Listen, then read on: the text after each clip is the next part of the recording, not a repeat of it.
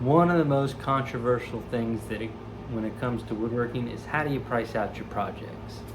Some people are super cheap. Some people are super expensive. How do you find that right balance to be in the middle? Watch this video. I'll show you how you do that and make sure that you are fair not only to yourself, but to your customers as well, so that everybody's happy in the end.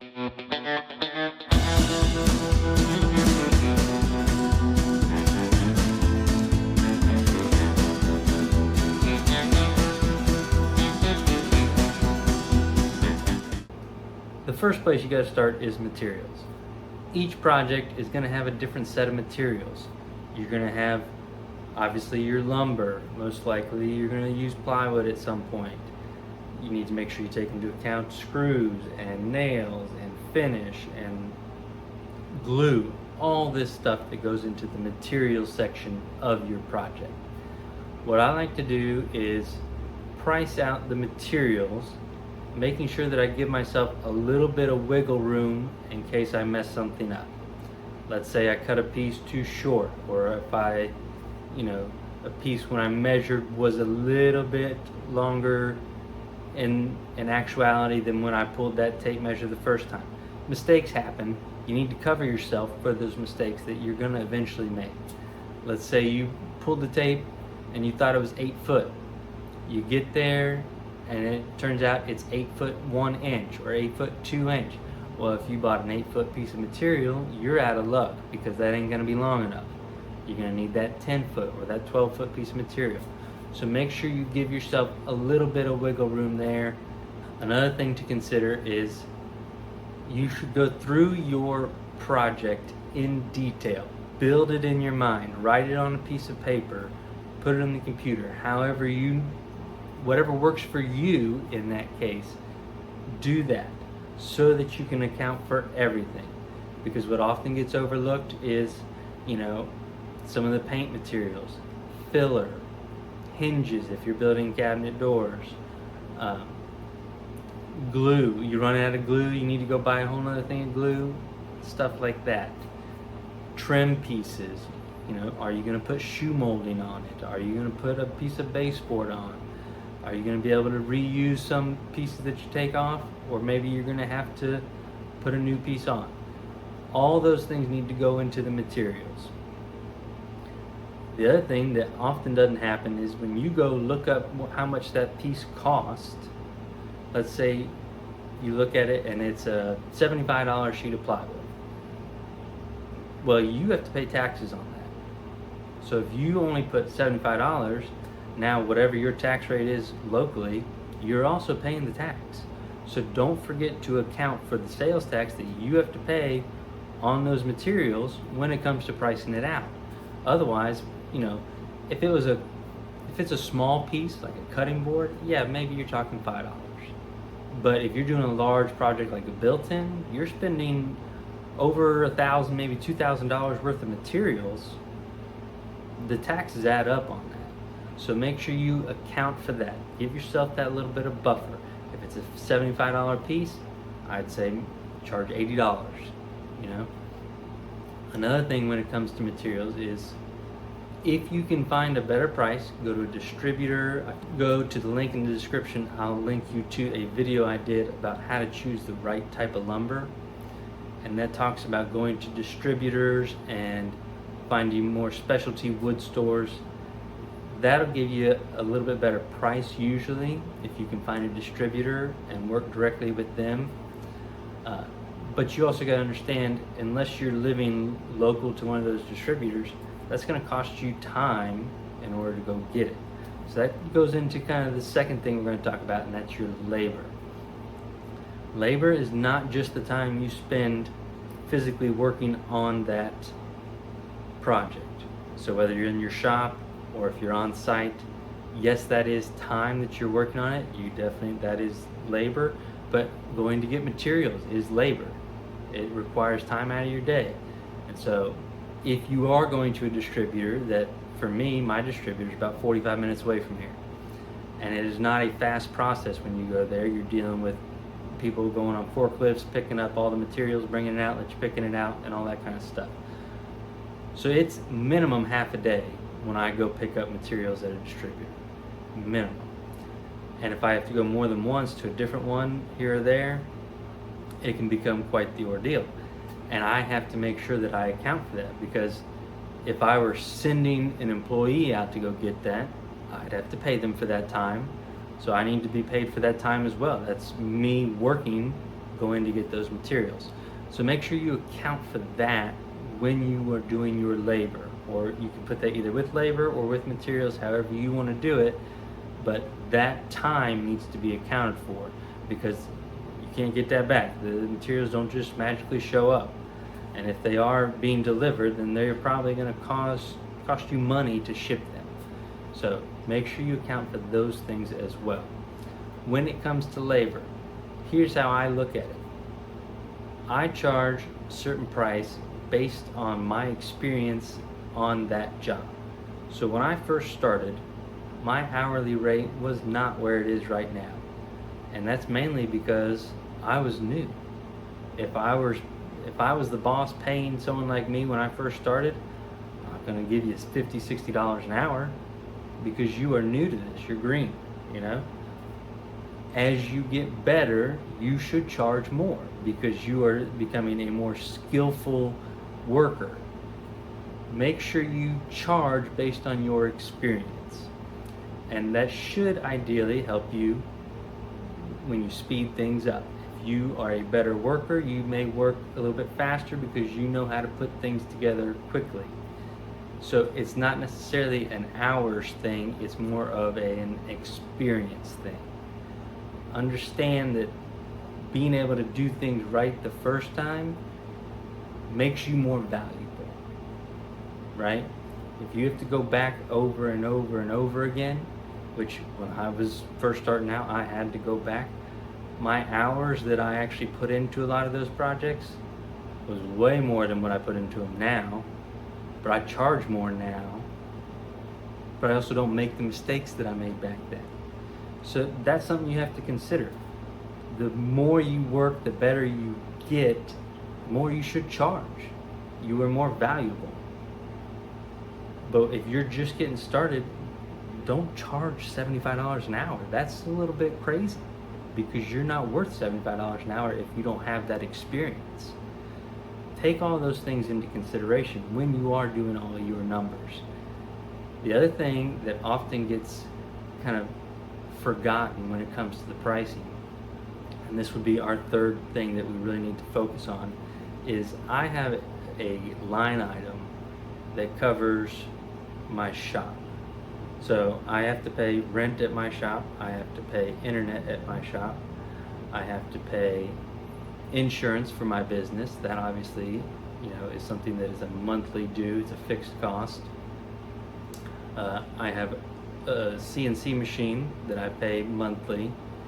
I have other shop related things, like I put screws and glue and nails and all of those kind of disposable things, sandpaper, all of that goes into a formula that I put together, that I divide that by the number of days in the month that I would be working, and charge that based on the quote. So if the project's going to take me 2 weeks, which is kind of standard for a lot of my projects, they're about 2 weeks long, I'm going to charge 2 weeks worth of all that stuff.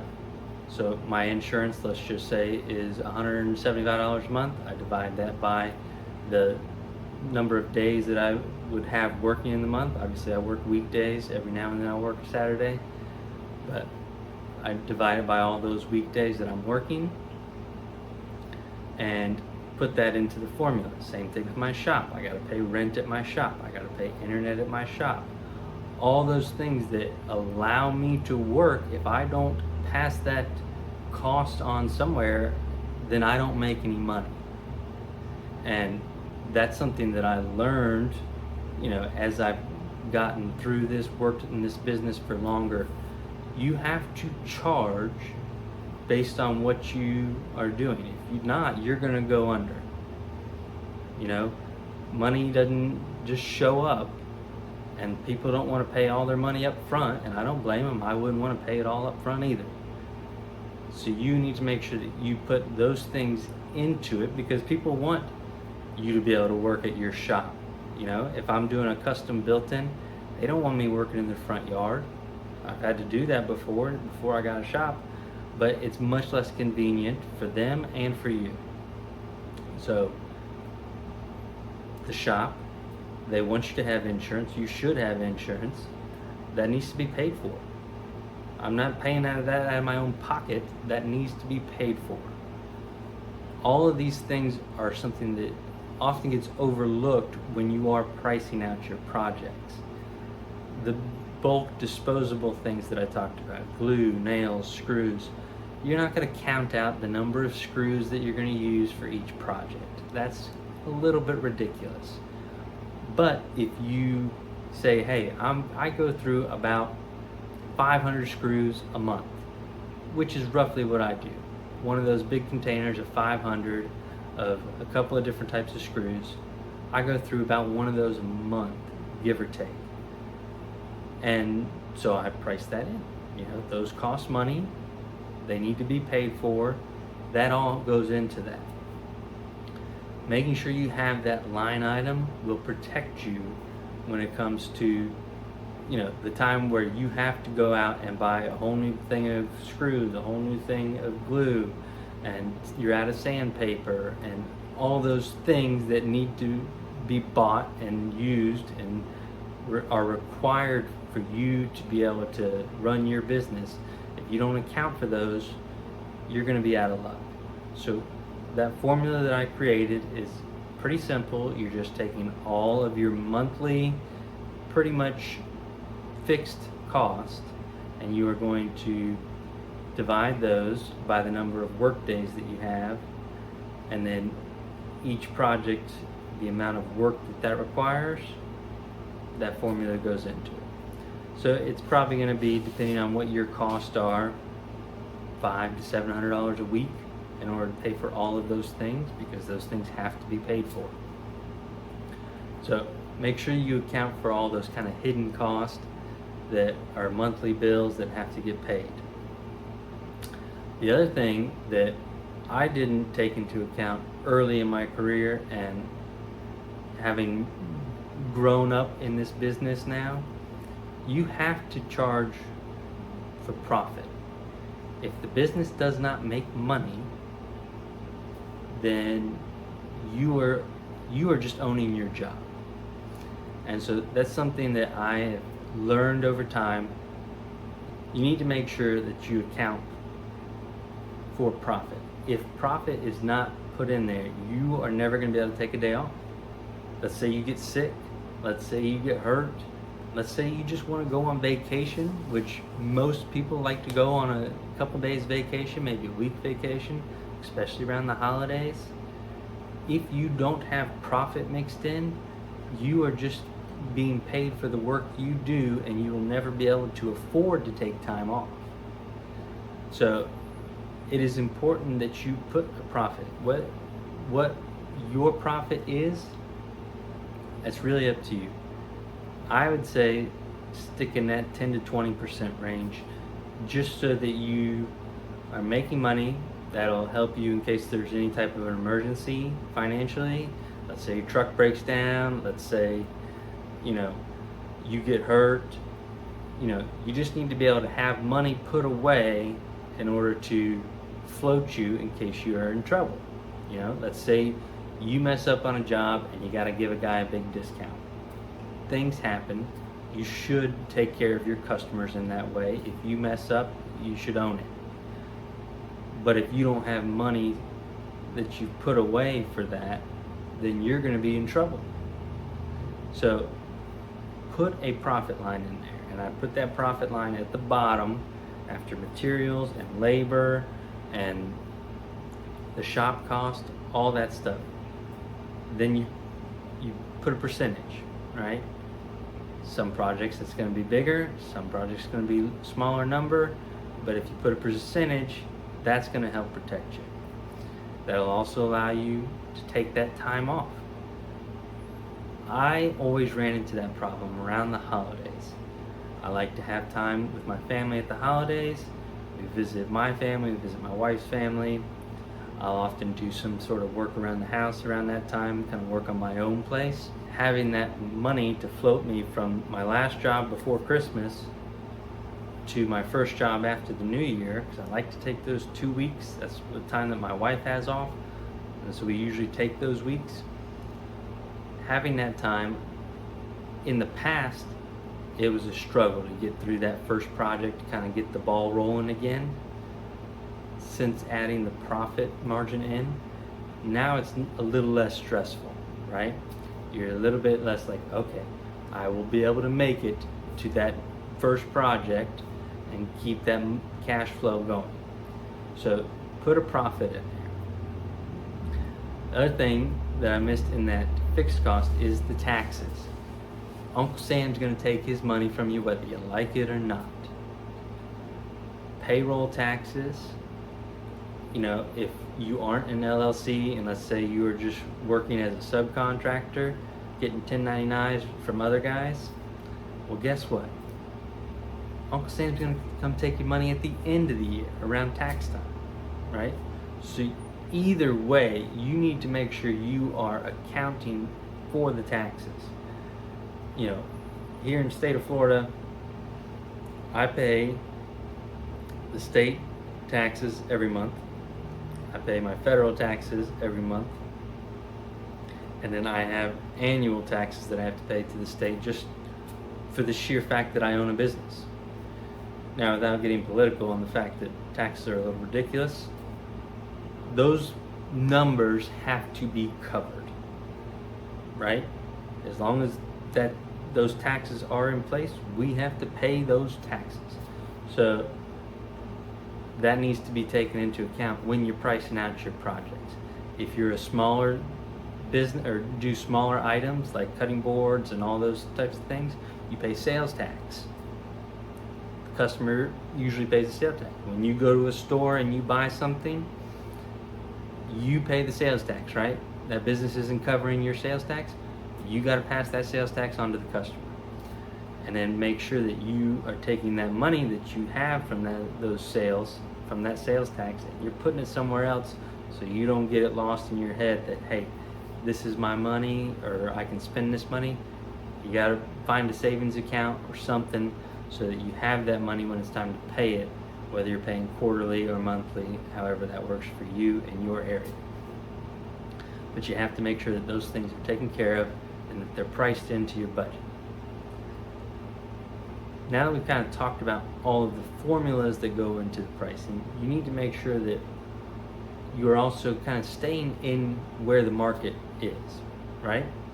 So depending on what you're selling, the area around you is going to kind of tell you how much everybody's charging.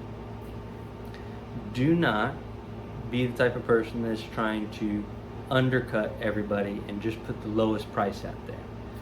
And the reason that you don't want to do that is because, number one, everybody's going to think of you as cheap. You're going to attract cheap customers that want to pay the least amount possible. They're going to be looking for refunds. They're going to be looking for, discounts and all that kind of stuff. If you're trying to put your heart and soul into these projects, don't put yourself in that situation, right? If you're trying to make quality woodworking projects, price them out at least in the middle of where your market is. If you go online, obviously Etsy is a very popular place to sell cutting boards. You'll find all sorts of prices, from $30 to $300 for a cutting board, right? Now, you're probably not the guy that's going to be doing $300 cutting boards, because those are incredibly fancy inlays, lots of different glue ups and stuff. Maybe that is you. If you're doing those crazy glue ups and making incredible designs on there, charge for it. But if you're making kind of standard cutting boards, make sure you do quality work and charge at a quality work price. You want to be somewhere in the middle. like I said before, if you're new to this, maybe you want to be on the lower end of the middle. So instead of being the $30 cutting board, be the $50, $60 cutting board. And then as you get better, maybe you're charging $80 or $90. You need to kind of find out where the middle is, because that's where you're going to want to live, right? People want the value because you do good work. They're willing to pay those numbers, pay that price. But also, you don't want to, if everybody's saying yes to your quote right away, you're probably a little too cheap, right? Because if you're not overpriced for anybody, then that's going to tell you something. Pricing things out correctly it's hard, but it's also something that you should be. If you're not getting turned down, raise your prices. Really kind of simple as that. If you look at some of the big businesses, so I grew up here in Central Florida. Disney has been here longer than I've been alive. My parents were here when they came. And one of the things that my dad told me when Disney came around is he got to talking with different people that were somewhat involved, or at least had an idea of the inner workings of Disney at the time. This was 20, 30 years ago. He said Disney is going to continue to raise its prices until they are no longer at capacity. And the reason is because if everybody can afford you, then you're not creating any scarcity. Does that make sense? You want people to have to think about making that purchase, right? And like I mentioned before, you're going to have a different, probably a little bit better clientele when you go a little bit higher. Think of it in the restaurant world as going from, you don't want to be the fast food because that's mass production. And if you're just getting started, or even if you're like a medium-sized shop, mass production isn't going to be something that you're going to be able to play ball in, right? Because there are big companies out there that mass produce things using cheap to borderline slave labor on the other side of the world. You can't compete with that, right? So don't try to compete with that. Be a little bit better. Be that local sit-down place that you're gonna, you know when you walk in, you're gonna spend $15 a meal, not $5 a meal. Be that kind of local mom and pop place that people want to go because they know it's good food, they know the money stays local, and they're going to treat you right. And so that's another thing. Make sure you treat your customer right. Being a good communicator, being a nice person, respectful person, showing up on time, answering messages, those type of things go a long way. They're not always easy to do. Me as a solo guy, my phone blows up in the middle of the day, and you're trying to send messages back, remember to do quotes, but you're also doing physical labor, so you can't always, answer phone calls and stuff. Things get difficult, but if you can set reminders, if you can do those quotes at night, those type of things, that's going to help you be able to fulfill the value that you're charging. You're charging what you are, $50, $60, $70 an hour, whatever it is, plus a profit, plus your shop cost, plus materials. That's going to add up. Deliver on that. And if you deliver on that, man, you'll be all right. And so when it comes to pricing, take into account all of your materials. Take into account the time it takes you to get those materials. Take into account your shop cost.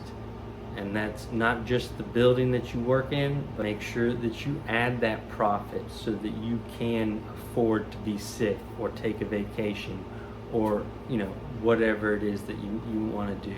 If you follow that checklist of taking into account everything you need to do, you will be able to build your business, and you'll be able to have cash flow so that you're not waiting on that next check, because those next checks sometimes are a little slow. Charge a quality price, deliver a quality product. If you don't do those things and you account for all of your expenses and you give yourself a cushion, you should be just fine. Thanks for watching. Hope you learned something. If you did, hit that like button, hit a subscribe. If I missed something or if you think I'm wrong, let me know in the comments. I'd be interested to see where I'm wrong. Until then, we'll see you next time. Crafted in Florida.